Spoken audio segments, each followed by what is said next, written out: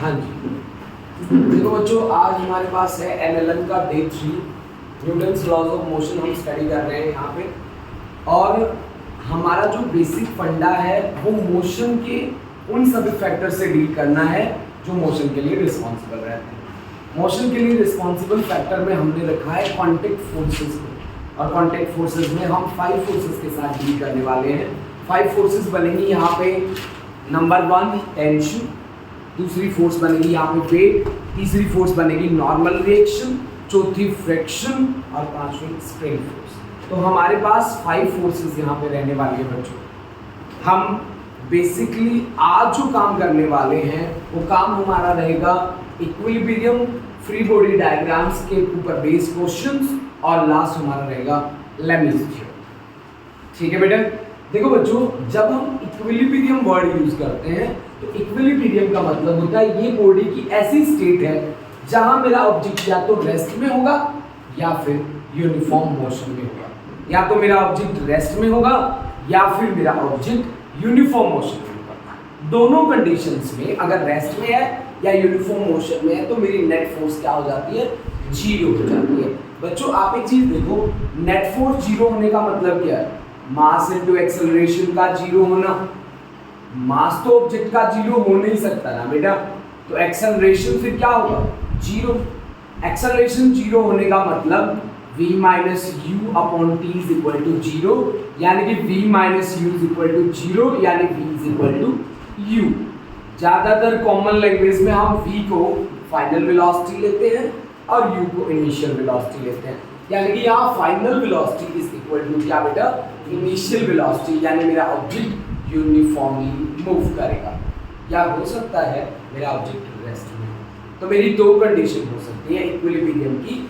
Equilibrium का मतलब मैं लिख रहा हूँ नेट फोर्सेस का 0। बच्चों जब आप क्वेश्चंस के साथ डील करोगे और इक्विलिब्रियम अगर आपको नजर आएगा तो आप उसके कंपोनेंट्स को अलग अलग 0 के इक्वल रखोगे। जैसे यहाँ पे आपने x डायरेक्शन में इक्वल टू 0 रखा। समेशन ऑफ fx का मतलब क्या हुआ? Sum of all forces acting along x direction is 0 if I am using the word equilibrium. दूसरी बात देखो बेटा, दूसरी बात यहाँ पे लिखी गई कि summation sum of all forces acting along y direction is 0, यानी कि जब आप इक्विलिब्रियम से डील करोगे बच्चों, आप x और y कंपोनेंट्स को इंडिविजुअली 0 के इक्वल रख दोगे। ठीक है ना बेटा। अब 0 के इक्वल रख के कैसे आपने काम करना है? चलिए जी, हमने पहला एग्जांपल लिया है। यहाँ पे एग्जांपल है a uniform sphere of weight w। इसका वेट मुझे दे रखा है w, दे रखा ये वाला स्फीयर है, ये वाला स्फीयर है, and radius 3 centimeter is suspended with a thread of length 2 meter as shown in figure. Calculate the tension in the thread. अब आप एक बात देखो बेटा, ये जो स्फीयर है ये जहाँ है वहाँ रेस्ट में है बेटा। रेस्ट में है मतलब इक्विलिब्रियम को ये फॉलो करता है। इक्विलिब्रियम को अगर फॉलो करता है तो फिर यहाँ वही कॉन्सेप्ट लगना चाहिए कि sum of all forces acting along x and along y is 0। अब आपको यहाँ पे कोई फोर्स लगी हुई नहीं दिख रही ना, कोई फोर्स तो नहीं दिख रही। अब फोर्स कैसे देखो? पहली बात वेट, वेट कहाँ एक्ट करता है बोलो? Always acts vertically downward, right. इसका वेट कहाँ एक्ट करेगा? यहाँ ऑलवेज एक्स वर्टिकली डाउनवर्ड। और टेंशन कहाँ लगती है बेटा? टेंशन लगती है थ्रेड में। Tension always acts towards the support, और इसको सपोर्ट कौन दे रहा है? ये, यानी कि टेंशन की डायरेक्शन यहाँ पे ये बन जाएगी। अब बोला गया कि रेडियस है 3 मीटर, थ्रेड की लेंथ है 2 मीटर, तो ये पूरा डिस्टेंस कितना बन गया? 5 मीटर।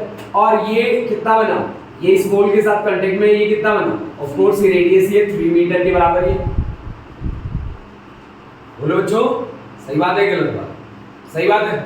अब दूसरी बात देखो बच्चों, अगर मान लीजिए मैं इस एंगल को मान लेता हूं थीटा, तो यहां इसको अगर ऊपर बढ़ाऊं, अगर ये थीटा है तो ये भी एंगल कितना बनेगा? थीटा बनेगा, बनेगा ना। और अगर ये थीटा है तो टी को डिवाइड कर लो, ये बन गया टी कॉस थीटा, और दूसरा यहां बन गया टी साइन थीटा। अब दीवार के साथ कांटेक्ट में है, और जब दो सरफेस आपस में कांटेक्ट में होते हैं तो क्या लगता है? Normal reaction. ये दीवार इसके ऊपर नॉर्मल रिएक्शन कहाँ लगाएगी? इधर लगाएगी बेटा। तो अब आपके पास फोर्सेस बन गई बेटा सारी की सारी।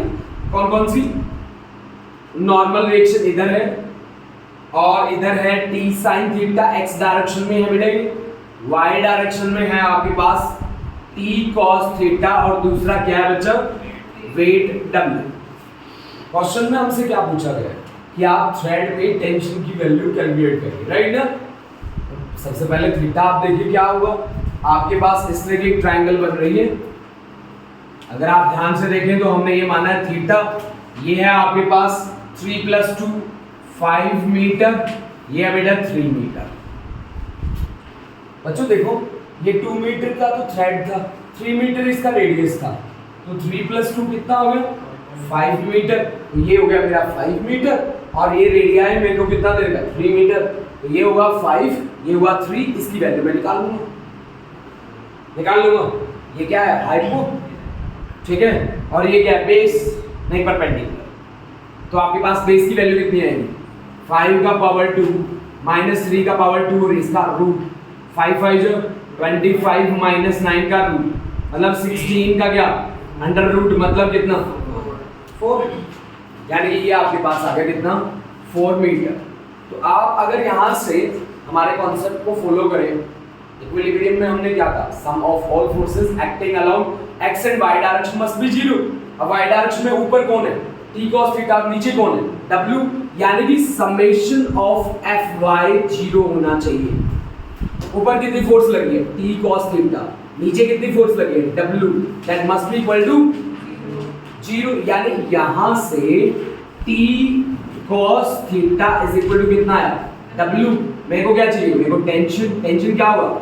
W upon cos theta. आप बताइए यहां से कॉस थीटा की वैल्यू कितनी होगी? कॉस थीटा कितना होगा? क्या होता है? Base upon hypo. तो अगर यहां से मैं देखूं तो कॉस थीटा कितना होगा? 4/5। वैल्यू रखिए यहाँ पे। तो आपके पास tension T is equal to W upon 4/5। क्या कोई आंसर मैच कर रहा है? 5/4। ये रहा option A is the right option. सही बोलो बच्चों, ठीक है। अगर इसमें कोई डाउट है तो बोल दो, ठीक है, हो गया। अब देखो दूसरी बात, दूसरा मेरे पास, क्योंकि मैं जो कॉन्सेप्ट कर रहा हूं वो फ्री बॉडी डायग्राम पे बेस होकर कर रहा हूं। फ्री बॉडी डायग्राम, एक बॉडी को फ्री करना है, फ्री करके उसका डायग्राम बनाना है, आजाद कर देना है उसको, आजाद करके उसके ऊपर देखना है कि कितनी फोर्सेस लगी हैं और उनके साथ हमें क्या करना है, फिर डील करना है। बच्चों ये हमारा कॉन्सेप्ट रहने वाला है, ठीक है ना जी? आप मेरी बात समझ गए? अब इसमें क्या दिया कि to wait W1 and W2, एक W1 एक W2 are in equilibrium and at rest are suspended as shown in figure. तो आप दोनों वेट की रेशियो बताओ कितनी होगी? 5/4 होगी, 4/5 होगी, 8/5 होगी, या इनमें से कोई नहीं होगी? देखो बेटा करके देखो बच्चों, इसका डायग्राम बना लो सबसे पहले तो।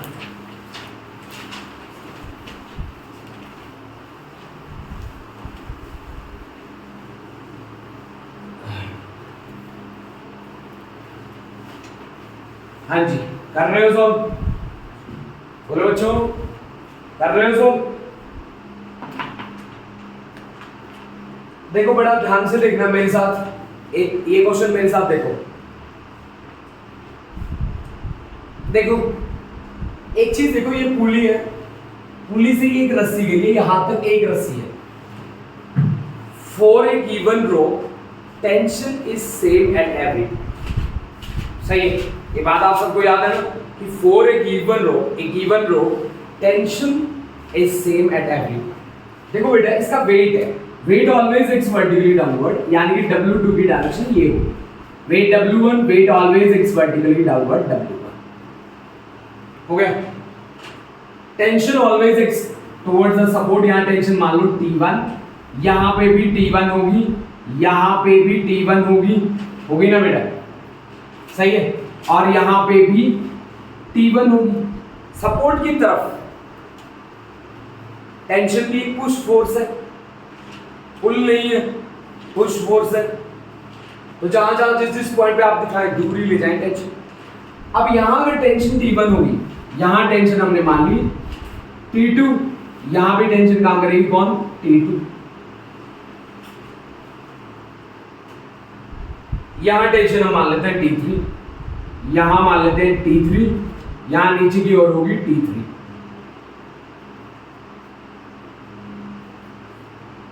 सही है। अब देखो बच्चों, यहां ये एंगल दिया है 37, तो यहां आप देखिए T1 का एंगल है 37, तो ये क्या बन गया? T1 cos 37। cos का परपेंडिकुलर कंपोनेंट क्या होता है? साइन, तो ये आ गया T1 sin 37 डिग्री। सही है ना? अब दूसरा देखो, आगे देखो, हमने क्या काम करा कि T2 को भी ऐसे ही डिवाइड कर लेते हैं बेटा, T2 को भी ऐसे ही डिवाइड कर लेते हैं। जैसे यहां आप देख रहे हैं कि T2 है और T2 ने एंगल कितना बनाया? यहां से ध्यान से देखिए, ये बेटा T2 53, तो एक तो कंपोनेंट आ गया बेटा इसका T2 जिसके साथ एंगल होता है उसको क्या मिलता है? cos, और cos का परपेंडिकुलर कौन होगा? sin, तो ये आ गया T2 sin 53 डिग्री, यहां है T2। मैंने आपको बताया ना बच्चों की cos और sin दो कंपोनेंट होते हैं और वो हमेशा कहां लाई करते हैं? उस वेक्टर के बिल्कुल मतलब इर्द गिर्द लाई करते हैं, वो वेक्टर उनके बीच में बैठा होता है। जैसे हमने क्या देखा, T2 का T2 sin इधर, T2 cos इधर। सही है। तो अब x कंपोनेंट्स देख लो सारे और y कंपोनेंट्स देख लो। अगर मैं सबसे पहले यहां से देखूं, यहां से, तो क्योंकि ये इक्विलिब्रियम में है, इक्विलिब्रियम में है तो नेट फोर्स जीरो होगी, नेट फोर्स जीरो होगी तो T1 minus W2 is equal to zero. Minus क्यों किया? क्योंकि एक की डायरेक्शन अपवर्ड है, दूसरे की डायरेक्शन डाउनवर्ड है, इसलिए मैंने माइनस किया। यानी कि T1 की वैल्यू मेरे पास कितनी आ गई? W2 के बराबर आ गई। से दिस इज इक्वेशन नंबर 1। सही है बच्चों?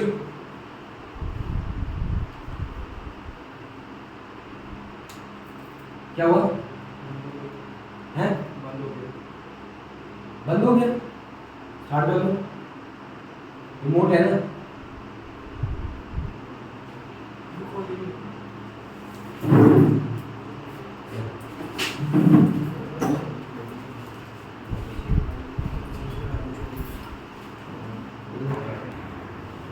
हाँ जी, तो हमने क्या कहा, एक तो हमारे पास आ गया T1 की वैल्यू W2 के बराबर आ गई।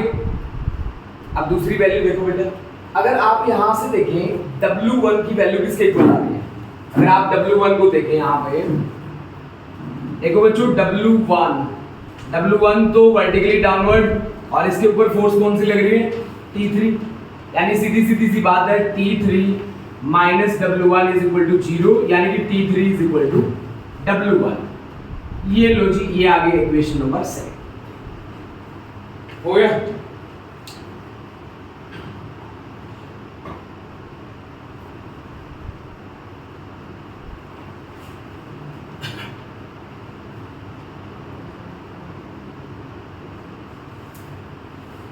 अब यहां से देखो बेटा, यहां पे T1 cos 37, T2 cos 53 और इसके नीचे लगी है T3, यानी कि y डायरेक्शन में यहां से देखो आपके पास है T1 cos 37 degree, T2 cos 53 degree और नीचे यहां लगी है T3, यहां T3।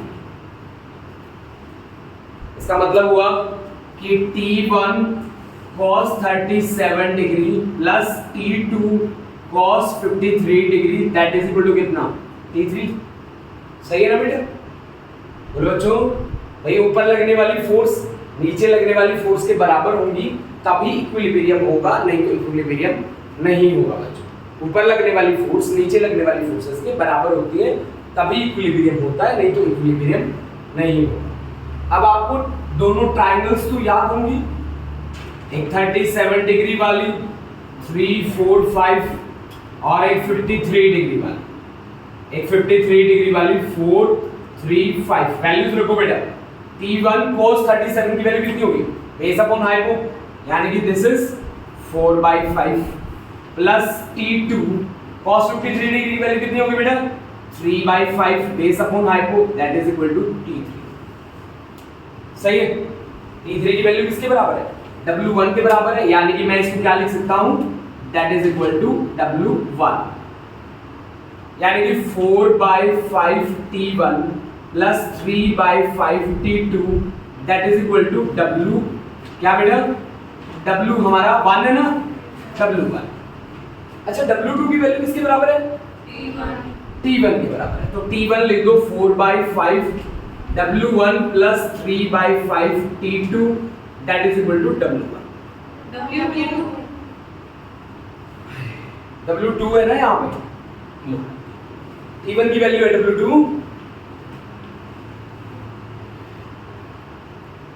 T1 की वैल्यू यहाँ रखी है W2, वो देखो ये तो W1 ही था, T3 is equal to W1। दूसरा और देखो भाई, यहाँ देखना, यहाँ है T2 sin 53 डिग्री, यहाँ है T1 sin 37 डिग्री। वहां से देखो तो T2 sin 53 degree is equal to T1 sin 37 degree.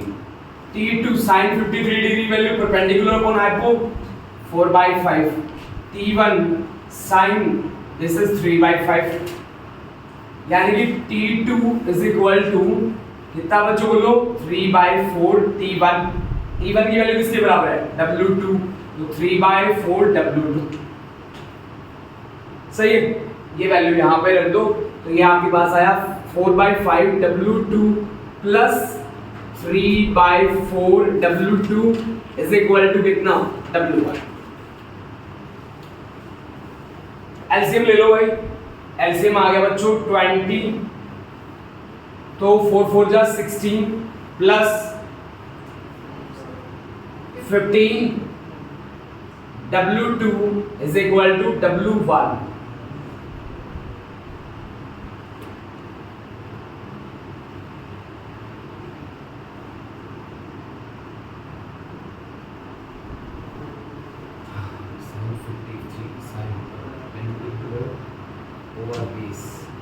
perpendicular upon height 37 base perpendicular upon height, ठीक है।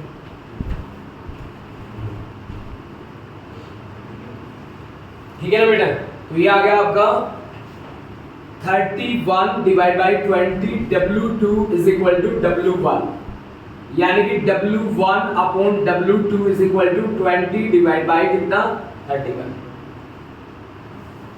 कुछ वैल्यूज हमने यहाँ पे गलत रखी है बेटा, एंगल्स की वैल्यू देख लेना, x डायरेक्शन में इक्वेट कर लेना और y डायरेक्शन में इक्वेट कर लेना, ठीक है ना जी। अदरवाइज इसकी वैल्यू हमारे पास आंसर आना चाहिए 5/4, 5/4 आंसर आना चाहिए इसका।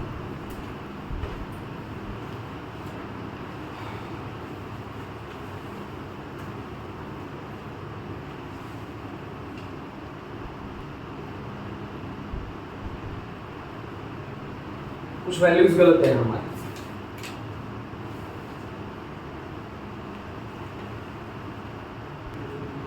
अब देखो बच्चों, अब हमने इसका फ्री बॉडी डायग्राम फिर से बना दिया अलग से। अब आपको क्या कॉन्सेप्ट यूज करना है? Sum of all forces acting in x direction is equal to sum of all forces acting in y direction, है ना। x और y को इक्वेट करना है किसके? जीरो के, क्योंकि इक्विलिब्रियम की बात आप कर रहे हो। इक्विलिब्रियम की अगर आप बातें कर रहे हो तो आप x और y को किसके इक्वल रख दोगे बेटा? जीरो के इक्वल रख दोगे बच्चों। चलिए जी स्टार्ट करते हैं फिर इस कॉन्सेप्ट को और देखते हैं क्या बनेगा। पहली बात तो W2 की वैल्यू हमारे पास आ गई T1 के बराबर, इक्वेशन एक तो बन गई। दूसरी बात यहां से W1 की वैल्यू किसके इक्वल आ गई बेटा? W1 इज इक्वल टू इतनी ऊपर लग रही है फोर्स, उतनी नीचे लग रही है, इक्वेशन नंबर 2। T3 को बैलेंस कौन कर रहा है? T3 को बैलेंस कर रहा है T1 cos 37 degree plus T2 cos 53 degree. बेटा cos 37 की वैल्यू कितनी होगी बताओ? Base upon hypotenuse 4/5 plus T2 cos this is 3/5 base upon hypo. तो यानी कि आपके पास T3 की वैल्यू आ गई, T3 किसके बराबर है? W1 के बराबर है, यानी कि W1 is equal to 4/5 T1 plus 3/5 T2। अब T1 की वैल्यू किसके बराबर है? W2, तो 4/5 W2 प्लस 3/5 T2, और ये आ गया आपके पास W1 से, दिस इज इक्वेशन नंबर 3 आ गया। इस कंपोनेंट को हमने कर लिया। अब इस कंपोनेंट के साथ डील करो, तो आपके पास आएगा T2 sin 53 degree is equal to T1 sin 37 degree. T2 53 degree perpendicular over base 4/5 ना, that is equal to T1, बोलो बेटा, परपेंडिकुलर ओवर बेस नहीं हाइपोटेन्यूज। 5 से 5 कैंसिल हो गए और आपके पास T2 की वैल्यू आ गई 3/4 T1। T1 किसके बराबर है? W2, this is 3/4 W2। ये वैल्यू आप यहां रख दो, तो आपके पास आ गया 4/5 W2 प्लस 3/5, और T2 की जगह क्या लिख दूं? 3/4 क्या बेटा? W2। तो ये एलसीएम कितना आ गया इसका? 20, ये 16 प्लस 19 9, और ये क्या? W2 that is equal to W1। तो W1 की वैल्यू आ गई 25/20 W2। यहां से आपके पास W1 अपॉन W2 की वैल्यू आ गई बेटा कितनी बच्चों? 25/20 5/4, यही फाइनल आंसर है बच्चों, 5/4। लास्ट टाइम हमने थोड़ी वैल्यूज गलती यूज कर ली थी बेटा। हाँ जी बोलो। पहले हमने मल्टीप्लाई नहीं किया था। अच्छा, कई बार होता है ना, एक छोटा सा स्टेप हमारा ना पूरे कॉन्सेप्ट को खराब कर देता है। नोट कर लीजिए बच्चों।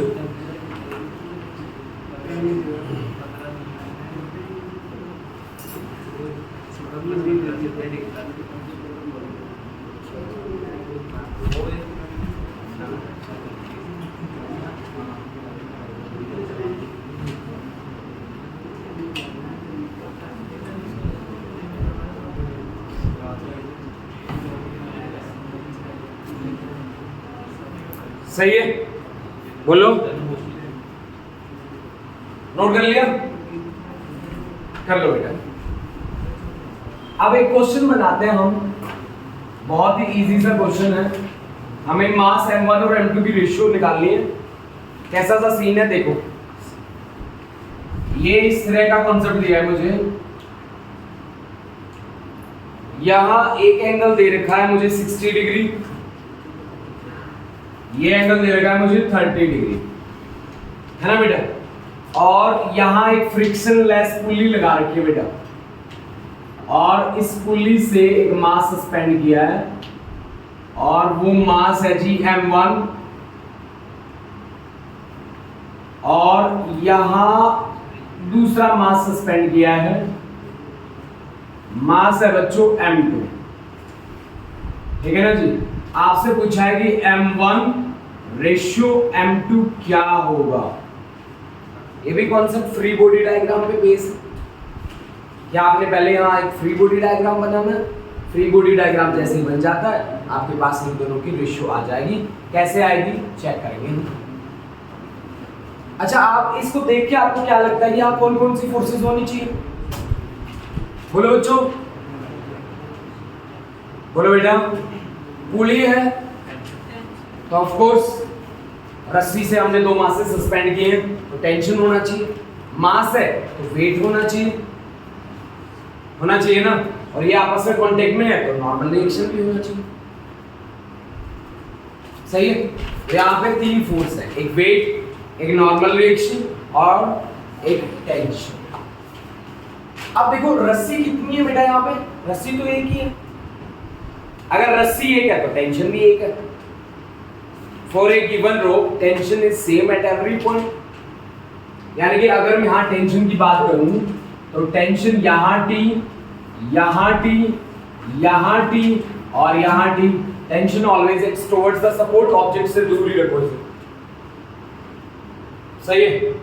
अब दूसरी बात सुनो, मास m1 है बेटा, मास m1 है तो इसका वेट कितना होगा?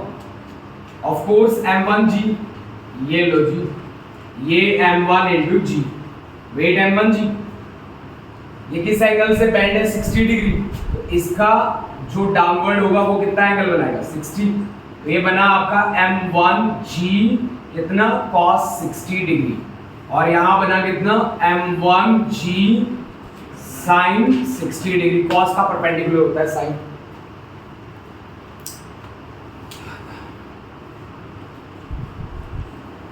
सही है। अब दूसरा देखो m2 कहाँ एक्ट करेगा वर्टिकली डाउनवर्ड, ये लो जी vertically downward weight m2 into g, इसका डाउनवर्ड कौन होगा, ये एंगल आप मान लो कितना 30 डिग्री, तो ये आ गया बेटा m2g cos 30 डिग्री, और यहां पे क्या आ गया m2g sin 30 डिग्री। यहां नॉर्मल रिएक्शन आ गई n1, यहां नॉर्मल रिएक्शन आ गई n2। लो जी ये हो गया इसका फ्री बॉडी डायग्राम। अब इक्विलिब्रियम में है ये, इक्विलिब्रियम का मतलब नेट फोर्स जीरो होनी चाहिए, ना तो m1 मूव कर रहा ना m2 मूव कर रहा। इक्विलिब्रियम का कॉन्सेप्ट है ये, इक्विलिब्रियम का क्वेश्चन है ये। इक्विलिब्रियम का क्या मतलब होता है कि सम ऑफ ऑल फोर्सेस क्या होगा इज इक्वल टू जीरो, है ना, नेट फोर्स आपकी जीरो होनी चाहिए बच्चों। तो यानी कि m1 पे नेट फोर्स जीरो बननी चाहिए। m1 पे कौन फोर्स लग रही है m1 जी साइन 60, इधर टेंशन ऊपर, यानी कि सीधी सी बात टेंशन की वैल्यू कितनी है m1 जी साइन 60 डिग्री, इधर से टेंशन की वैल्यू ये होगी। इधर से देखो m2 जी साइन 30, नीचे ऊपर कौन टेंशन, यानी कि यहाँ पे टेंशन कितनी है m2 जी साइन कितना 30 degree. Equation number second divide कर लो दोनों को, जैसे डिवाइड करोगे टेंशन से टेंशन खत्म, 1 is equal to m1 sine 60 divide by m2 sine कितना 30, इधर जाएगा m1 अपॉन m2 किसके इक्वल आएगा साइन 30 डिग्री डिवाइड बाय कितना sine 60 degree. Sine 30 degree value कितनी होती है बच्चों 1/2, साइन 60 डिग्री वैल्यू √3/2, यानी कि m1 रेशियो m2 कितना आ गया 1 ratio √3। This is the final answer.